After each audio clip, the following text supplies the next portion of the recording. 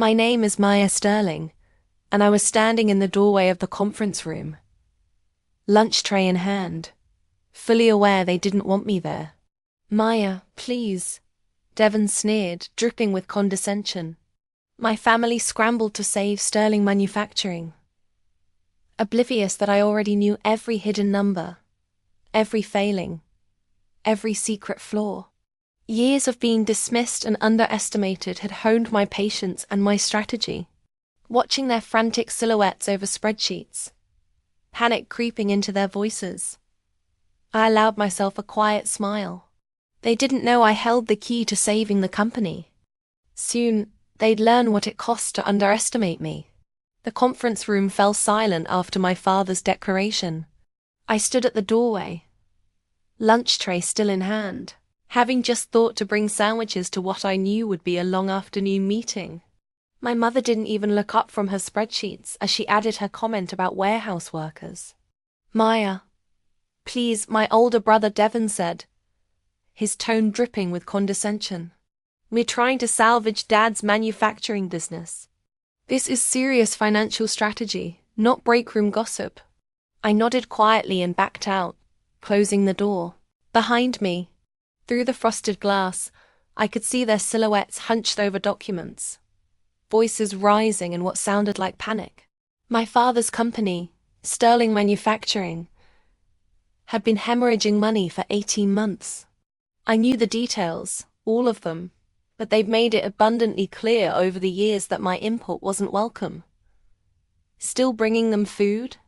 asked Rita, our longtime receptionist, as I passed her desk.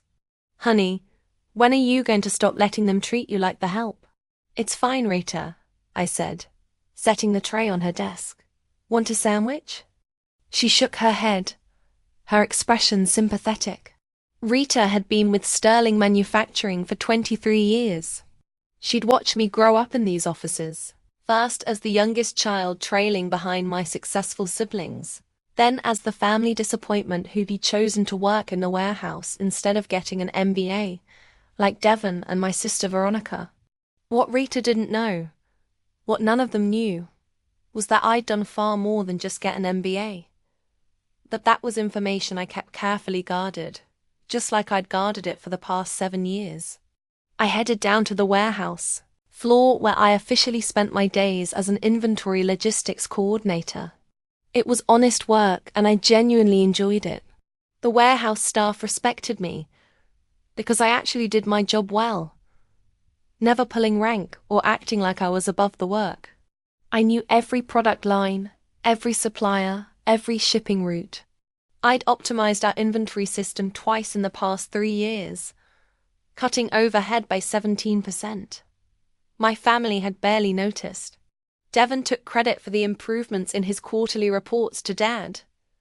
"Hey," Maya called out Jerome, our warehouse supervisor. "Got a minute? A new scanning system is doing that weird thing again." I spent the next hour troubleshooting the software, my mind only partially on the task.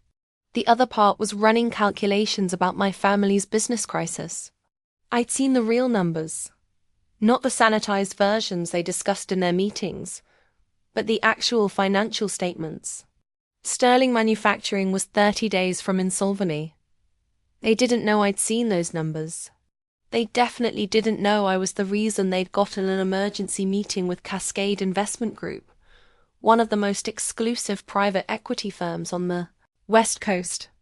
My phone buzzed, a text from my mother. "Family dinner tonight. 7 p.m. Your father wants everyone there." No, please. No explanation. Just an expectation that I'd show up. I arrived at my parents' house that evening to find the circular driveway crowded with cars. Devon's new Mercedes, Veronica's Tesla, and several vehicles I didn't recognize. Through the large windows I could see people in business attire mingling with drinks. This wasn't a family dinner. This was a business event. I parked my modest Honda on the street and walked up the driveway.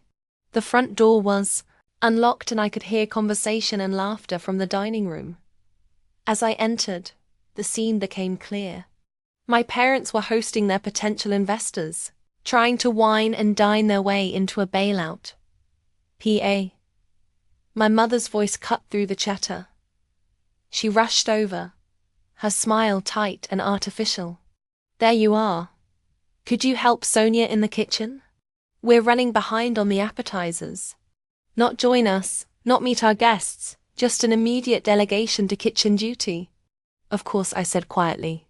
Sonia, our parents' longtime housekeeper, looked mortified when I entered the kitchen. Miss Maya, you shouldn't be helping your family. It's okay, Sonia. What do you need? We worked in companionable silence, arranging canapes and filling champagne flutes. Through the serving window I could observe the gathering. My father was holding court with 3 men in expensive suits. His laugh too loud, his gestures too expansive. Devon stood beside him, nodding eagerly at everything the men said. Veronica was charming, a woman with severe glasses and in tablet, probably an analyst. Your father is very stressed, Sonia whispered. I heard him on the phone this morning.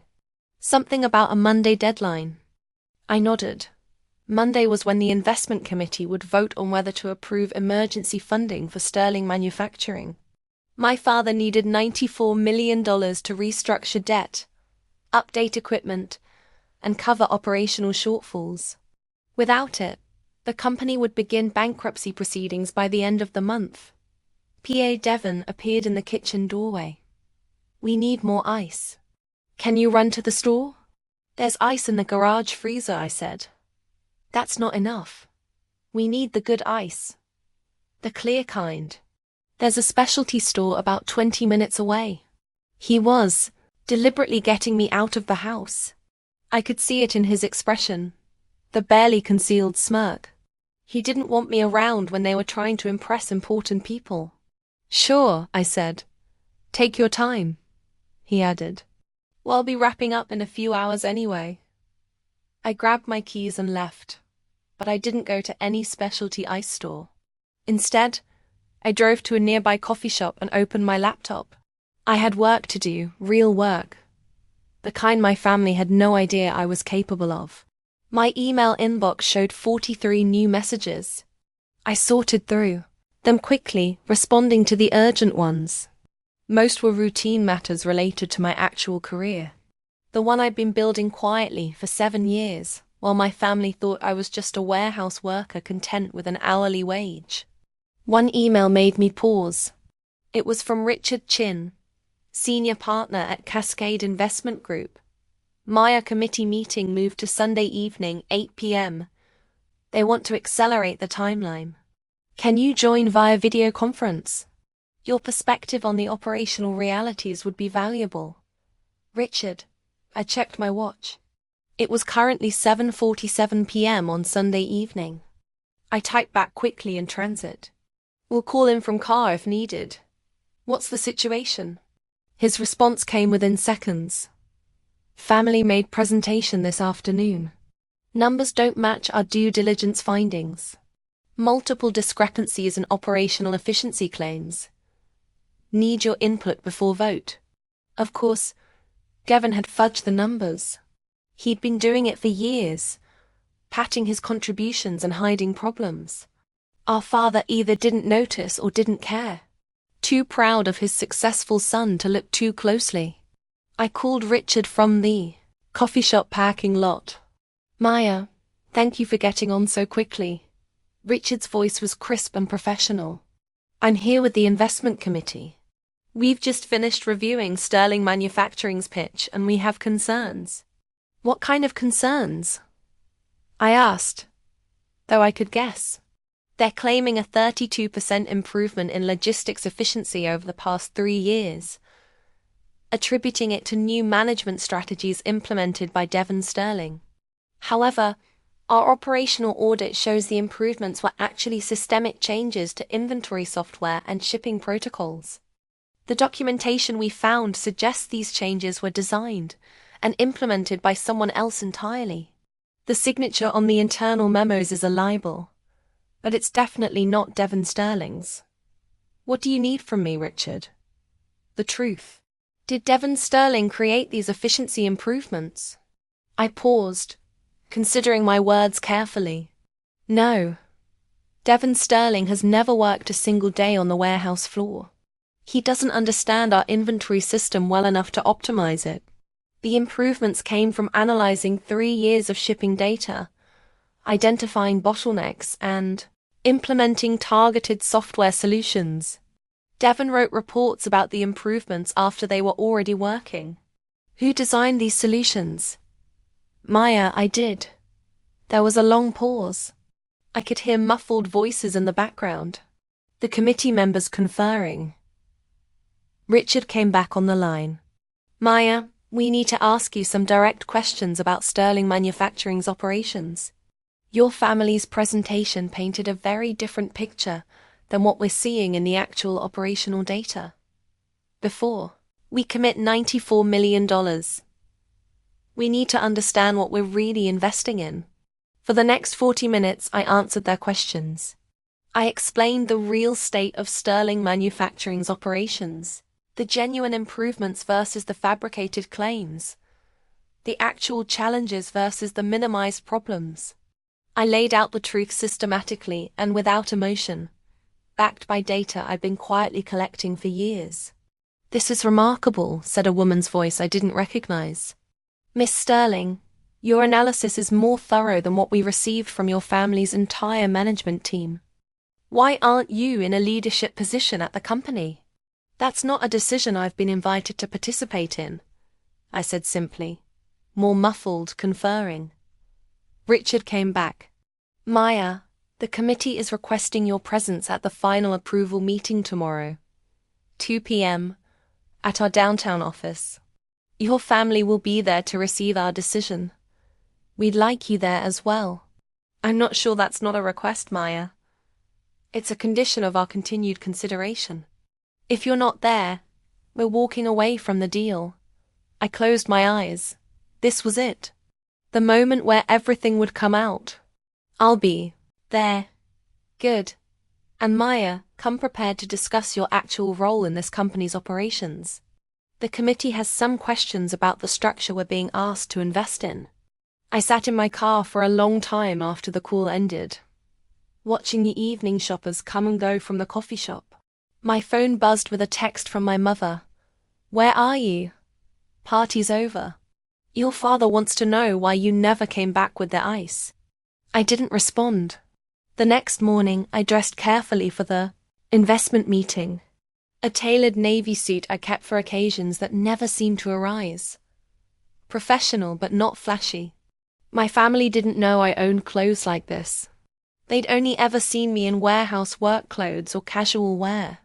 I arrived at Cascade Investment Group's downtown office at 1:45 p.m. The building was all glass and steel. 50 stories of financial power. The lobby alone probably cost more than my annual salary at Sterling Manufacturing. Maya Sterling for the Sterling Manufacturing Investment Committee meeting. I told the receptionist. She checked her computer, her eyebrows rising slightly. Of course, Miss Sterling. They're expecting you. 42nd floor conference room, you can go right up. The elevator was silent and smooth. I watched the floor numbers climb, my reflections staring back at me from the polished doors. This was going to change everything. There was no going back after today. The 42nd floor was hushed and elegant. A young man in an expensive suit met me as I exited the elevator. Miss Sterling, I'm James, Mr. Chun's assistant. The committee is running a few minutes behind. Your family arrived about 20 minutes ago. They're in the waiting area. He gestured to a seating area around the corner. I could hear my father's voice before I saw him. Loud and confident. Absolute formality at this point. Chin practically guaranteed approval on Friday. This is just paperwork. I rounded the corner. My entire family was there. Mum, Dad, Devon, and Veronica. All dressed in their best business attire, radiating confidence.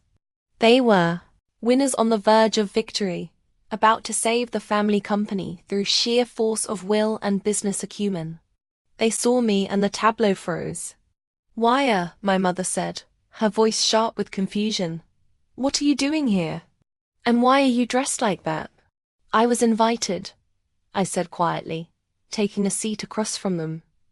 Invited? Devon laughed. Maya, this is a major investment negotiation, not a warehouse logistics meeting. I'm aware. My father leaned forward, his expression darkening. Maya, if this is some kind of joke, it's not funny. We're about to close on a $94 million funding package.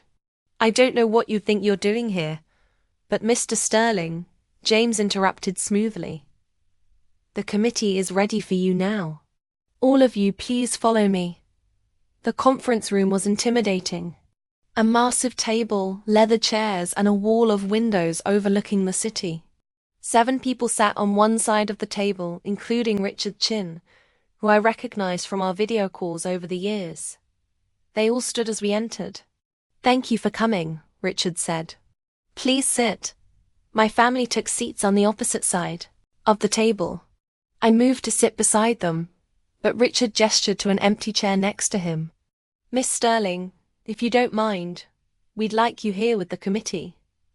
My mother's face went pale. Devon's confident expression cracked.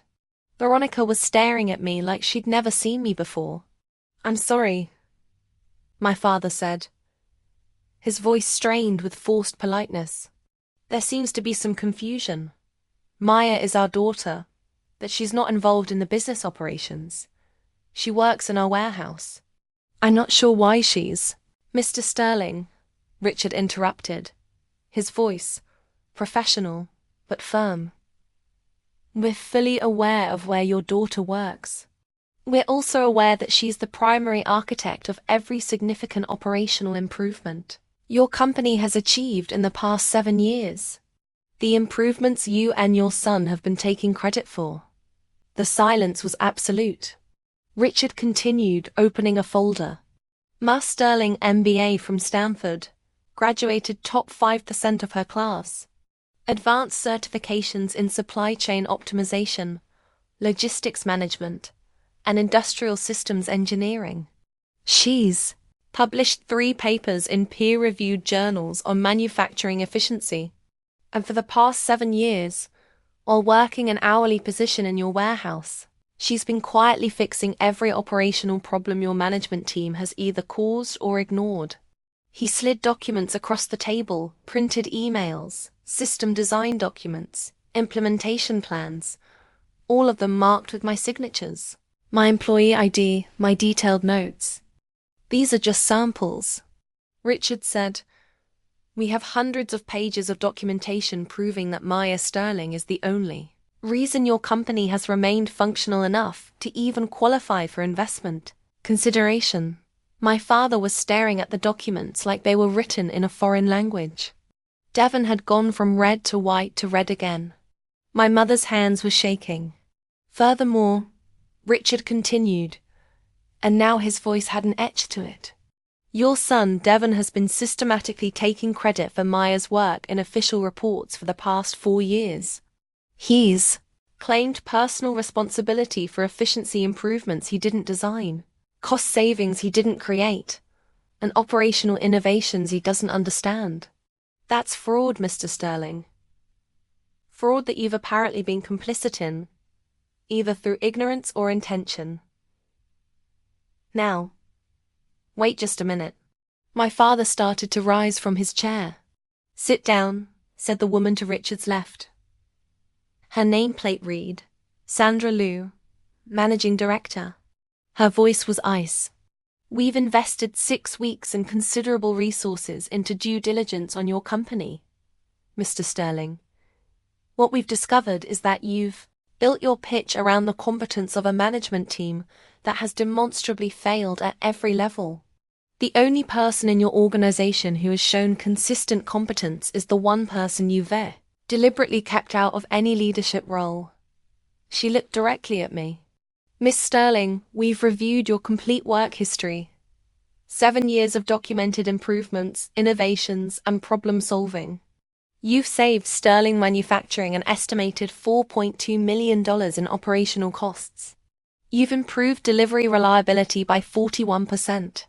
You've reduced workplace injuries by 63% through better safety protocols that you designed and implemented yourself. And you did all of this while being paid $23.50 an hour and being excluded from every meaningful business discussion. My mother made a small choke sound. Sandra wasn't finished. So here's where we are. Mr. Sterling Cascade Investment Group is prepared to provide $94 million in emergency funding to Sterling Manufacturing. However, we have conditions that are non-negotiable. She slid a document across the table to my father. First, Maya Sterling will be appointed Chief Operating Officer, effective immediately with full authority over all operational decisions. Second, Devon Sterling will be removed from any operational role and placed in a limited advisory capacity with no decision-making power. Third, we require a complete restructuring of your management team with positions filled by qualified professionals, rather than family members who've proven themselves incompetent. This is absurd. Devon exploded. You can't. She's a warehouse worker. She doesn't have the experience to. She has an MBA from Stanford and 7 years of documented excellence in operational management, Richard said coldly. What she doesn't have is a track record of lying on official reports and taking credit for other people's work. Unlike you, Mr. Sterling. Veronica, who'd been silent until now, spoke up. And what about me? I'm the CEO. I've managed our finances into the ground, Sandra said bluntly. Miss Sterling, your financial management has been adequate at best and negligent at worst. You'll be replaced by a CFO of our choosing. You can stay on as a financial analyst if you're willing to actually do the work. But your executive role is over. My father was shaking his head, his face flushed. No, absolutely not. I'm not going to let you come in here and humiliate my family. Put my youngest daughter, who's never shown any interest in leadership, in charge of my company, and push out my son, who's worked his whole life. Your son has worked his whole life taking credit for your daughter's achievements, Richard said. And your daughter has shown nothing but interest in leadership. You've just been too proud or too blind to notice. She's been leading, Mr. Sterling. She's been leading from the bottom up, doing the actual work that's kept your company alive, while your management team has been playing executive. He leaned forward. Here's what's really happening today. You have a choice. Accept our terms. Give Maya the authority she's earned and should have had years ago and save your company. Or refuse, walk away from this funding, and file for bankruptcy within 30 days. Those are your only options. The silence stretched out. I could hear the clock on the wall ticking. The faint sound of traffic from 42 floors below. My father looked at me, really looked at me for what felt like the first time in years. Maya, is this true, all of this? I met his eyes steadily. Yes. Why didn't you tell us? Why didn't you? You never asked, I said quietly. And when I tried to contribute, tried to participate, you told me business meetings were for actual contributors, not warehouse workers. My mother flinched like I'd slapped her. Every time I suggested an improvement, Devon took credit. I continued, my voice still calm but carrying clearly through the room. Every time I solved a problem, Veronica wrote reports that left out my involvement. Every time I tried to be part of the family business, you reminded me that I'd chosen to work in the warehouse. As if that made me less valuable, less worthy of being heard. Why? My father's voice cracked. I didn't. We didn't realize, you didn't want to realize. I said it was easier to believe Devon was brilliant and I was content being invisible. Easier than acknowledging that your youngest daughter might be the most competent person in the company. Sandra cleared her throat. Mr. Sterling, we need a decision. Sign the agreement with our conditions or we're done here. My father looked at the document, then at Devon, who was staring at the table. Then at my mother, who had tears in her eyes. Finally back at me. If I sign this, if you become so, will you save the company? I'll do what I've always done, I said. My job actually do the work instead of just claiming credit for it. He picked up the pen with a shaking hand and signed. The meeting concluded with handshakes and formal congratulations that felt surreal. My family left the conference room in shell-shocked silence. I stayed behind at Richard's request. Mavia, he said once we were alone, I want you to know that we're genuinely excited about this partnership. Your operational analyses over the past 2 years have been exceptional. We wouldn't have considered Sterling Manufacturing at all, if not for your work. 2 years? I said carefully. He smiled. You didn't think we randomly reached out to your father's company, did you? We've been watching your work for 2 years, Maya. Your inventory optimization system caught our attention when you presented it at a supply chain conference. You didn't know we had people there. We've been waiting for the right moment to make a move, and your father's financial crisis provided that opportunity. You orchestrated this, I said slowly. The timing, the emergency meeting, all of it. We created an opportunity, Richard corrected. What you do with it is entirely up to you. But yes, we wanted you in a position where your family would have to see your actual value, where they couldn't ignore you anymore. I thought about that for a moment. Thank you. Thank us by turning Sterling Manufacturing into the success we know it can be. You have the skills, Maya. You've just never had the authority. Now you do. I left the Cascade offices and took the elevator down to the parking garage. My phone had 17 missed calls. 12 from Devon. 3 from Veronica. 2 from my mother. I ignored all of them and drove home to my small apartment. That evening my father called. I almost didn't answer. Why, he said when I finally picked up. His voice sounded old, tired. Can we talk? Your mother and we'd like to talk. Hey, I said. Not on the phone. Can you come to the house, please? I drove over, noting that Devon's Mercedes and Veronica's Tesla were both absent. It was just my parents' cars in the driveway. They were waiting in the living room, sitting close together on the couch like they were bracing for bad news. My mother had been crying. My father looked like he'd aged 10 years since the morning. Sit down, my father said. Please. I sat in the armchair across from them waiting. We owe you an apology, my mother began, her voice shaking. Not just for today, but for years. We've been terrible parents to you. Not terrible, my father said. Blind, dismissive, proud. We put Devon on a pedestal because he fit what we thought success looked like. And we completely missed that you were the one actually holding everything together. I didn't say anything. What could I say? Rita called me this afternoon, my father continued. She chewed me out for 20 minutes about how we've treated you. She said she's been watching you fix problems and solve crises for 7 years, and we've never once acknowledged it. She said, you've saved the company a dozen times over and we didn't even notice. She's right. My mother whispered. Maya, we're so sorry. We made you feel worthless in your own family. We made you feel like you weren't good enough.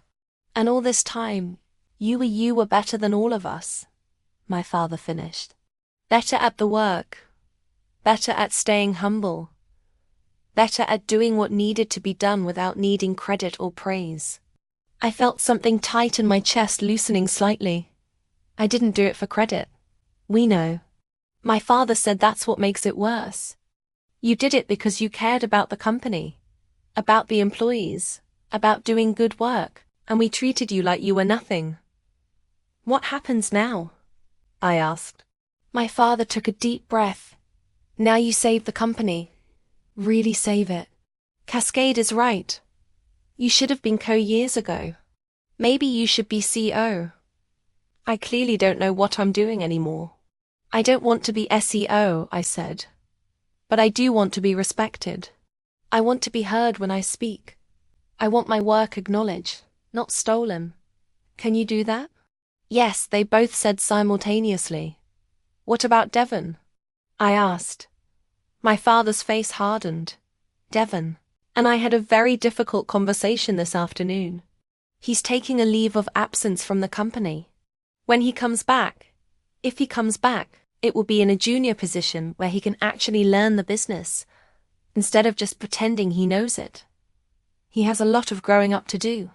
And Veronica, she's angry. My mother admitted she feels humiliated, but she's also smart enough to know that she kept her job when she probably shouldn't have. She come around or she leave. Either way, you don't have to deal with her undermining you. I nodded slowly. Okay, my father repeated. That's all. What else is there to say? You apologized. You're making changes. Now we have to see if they stick. My mother started crying again, harder this time. I'm so proud of you, Maya. I should have said that years ago. I'm so proud of who you are. I felt my own eyes burning.